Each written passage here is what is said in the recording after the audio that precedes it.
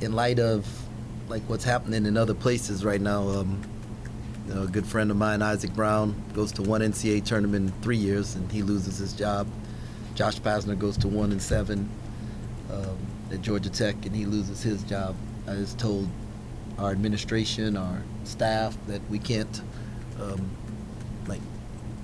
ever get tired of or take this for granted, because it's hard to do. It's really, really hard to do. And so it's a blessing. We're very thankful to God for this opportunity. I know that it's because of him that I'm sitting here. We have the team that we have, and we've had the type of season that we've had. We got Crazy Faith on our shirts because it took crazy. What some people called crazy, and other people called faith. We called Crazy Faith, and just very, very thankful. You had talked before, Coach, about out the mud. Yeah. How does that apply to this season? Well, I think all the guys on our team are guys who have had to overcome some things in their lives, and they weren't necessarily always the guys that everybody expected to be successful. I mean, if you listen to each of their stories, although they had successes in their life, they had to overcome things to have those success. And like myself, my dad wasn't a basketball coach. My mom didn't play sports. I don't have an administrator in my family. I had to work for everything. Was extremely blessed by God to be in the situations I was put in, but had to work really hard at it. And so, this is just another example of God's faithfulness to our hard work. What's been the most gratifying part of the season so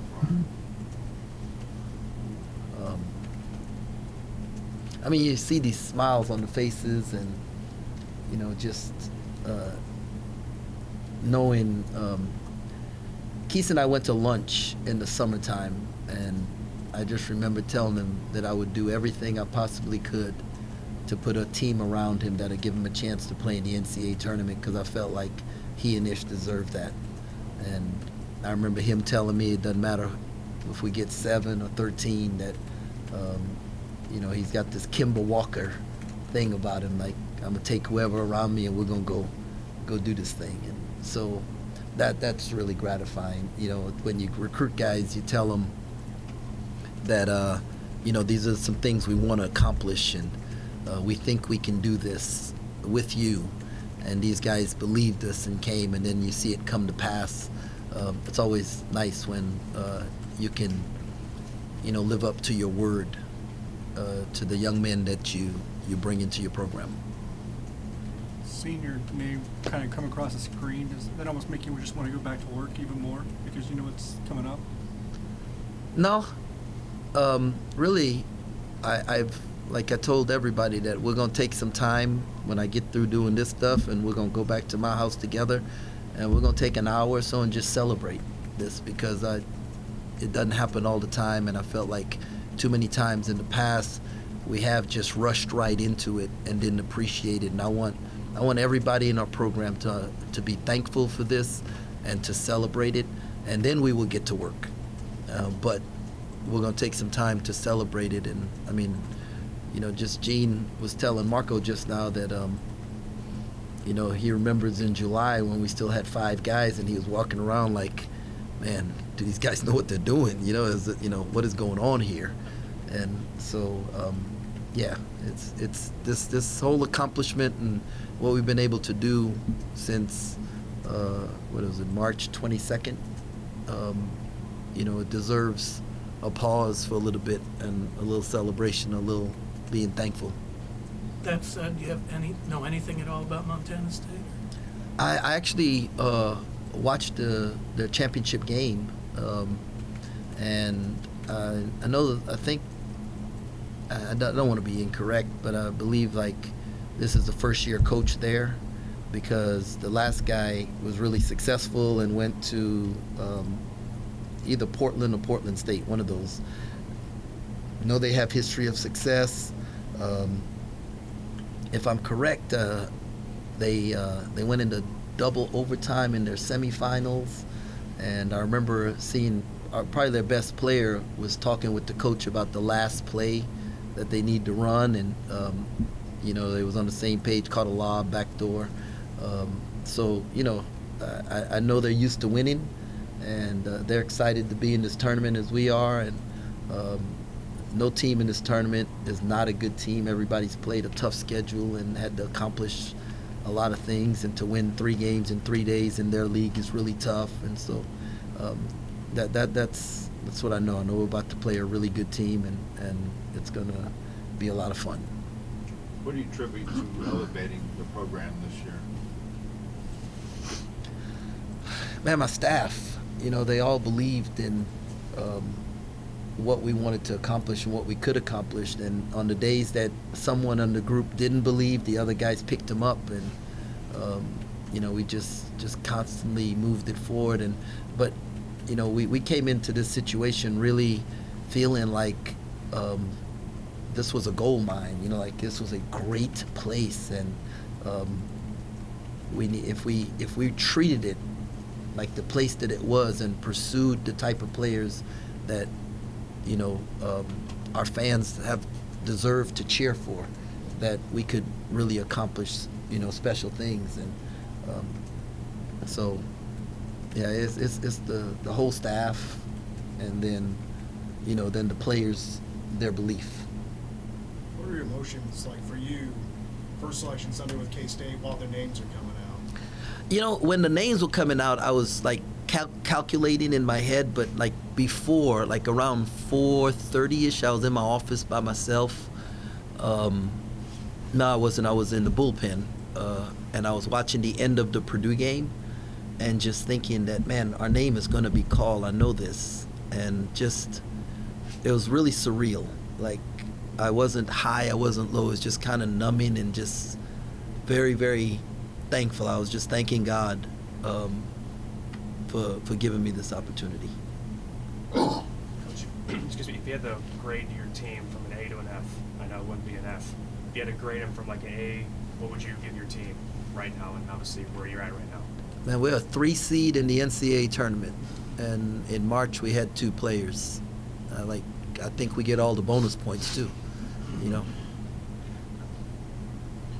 You talk about the celebration that you're going to have. What does that entail? I know you guys often do meals with the team, or your wife's cooking, different things. You can kind of take me into what that moment's going to be like. No, that's going to be us, our own little private celebration.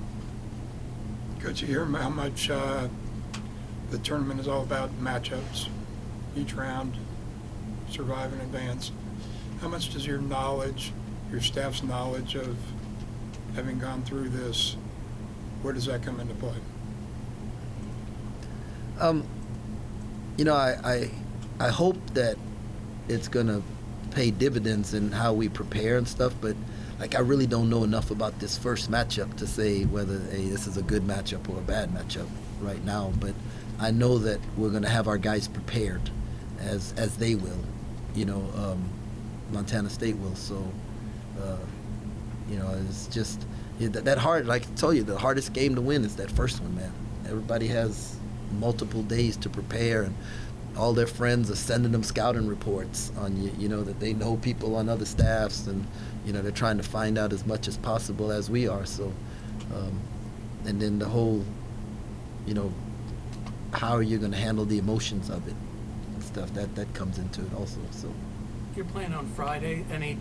Was there any preference as far as Thursday or Friday? Yeah, no, I wanted to play on Friday. Like, most of the upsets take place on Thursday.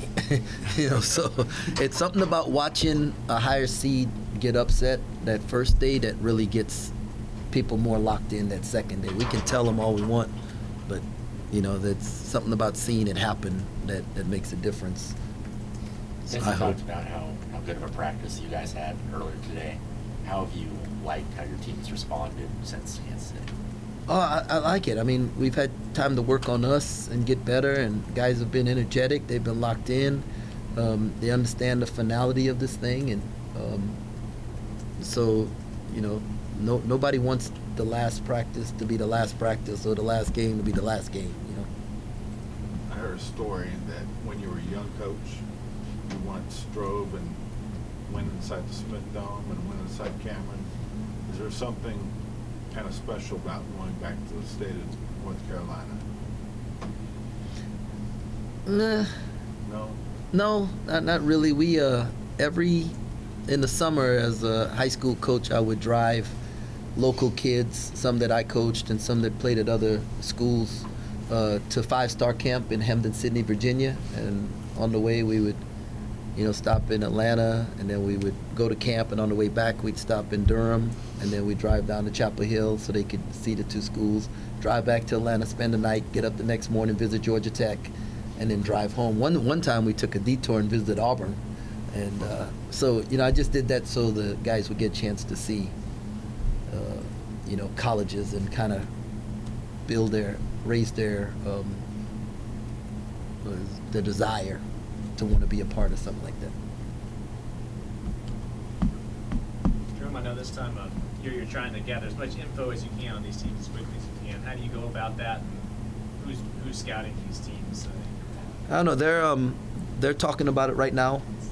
Sometimes some guys have past experience with certain coaches and stuff, and so they'll figure out who wants to take which scout. We'll divide that up, and then everybody's going to watch games, and it's going to take probably about an hour or so to download, 5 to 7 games, whatever it is that we're going to break down and watch, and just, we got friends all over that are going to send us scouting reports who've played them, over the last, couple of years, and then build the game plan from there. Anything stick out to you about the Wildcats right away? I think I'm pretty sure I watched their championship game, their semifinal game. There was a double overtime game, and pretty athletic. Got a couple really good players. I remember the kid who caught the lob for the dunk to win the semifinal game. So they're used to winning. I mean, it's hard to win 25 games. And they won 25 games, and so. But I'll get a better grasp of it moving forward. Right now, I'm just happy for us, and just want to take some time just to be excited about us and be thankful, and then flip the page a little bit.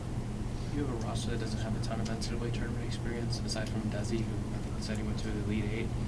Is there any way that you can kind of simulate that in this week of preparation in terms of what you do in practice, crowd noise, different things like that? No. It's nothing like it until you experience it. You go that first practice where you get to run on the blue carpet and go out there and there are fans in the stands and do it, and you see the logos and all of that. Big 12 gets you heading in that direction, but yeah, nothing quite like that. And it's like that for everybody, right? Maybe some teams have a little more experience than others, but every year it's a new thing, and it's just you just never get tired of it. You get a sense for just how hungry this team is to start this new season. Well, the last 2 days really hadn't been about the new season, so I think I'll depend on how many guys are in the gym tonight shooting by themselves, and how we get into it tomorrow. I'll get an idea. I know they like each other, and they like playing together, and so I don't think anybody wants the season to end, and because they're a fun group to be around. So that's important. Well, I mean, the NCAA being a new season, that's what No, I got you. I understand that, but it's like the last couple of days we've just been working on us, and we hadn't made it about the NCAA tournament. So What's maybe something you learned over all your time being an assistant in this tournament at Baylor that you really want to pass on to these guys now as a first-time coach? I want them to enjoy it, to just soak it all in, knock out all the ticket stuff tonight, so they don't have to worry about that these next couple of days, so we can focus on preparation, and then understand that it's not 6 games or whatever. It's just one game. You're playing one game. You got to play one game 6 times, and let's just focus on one game.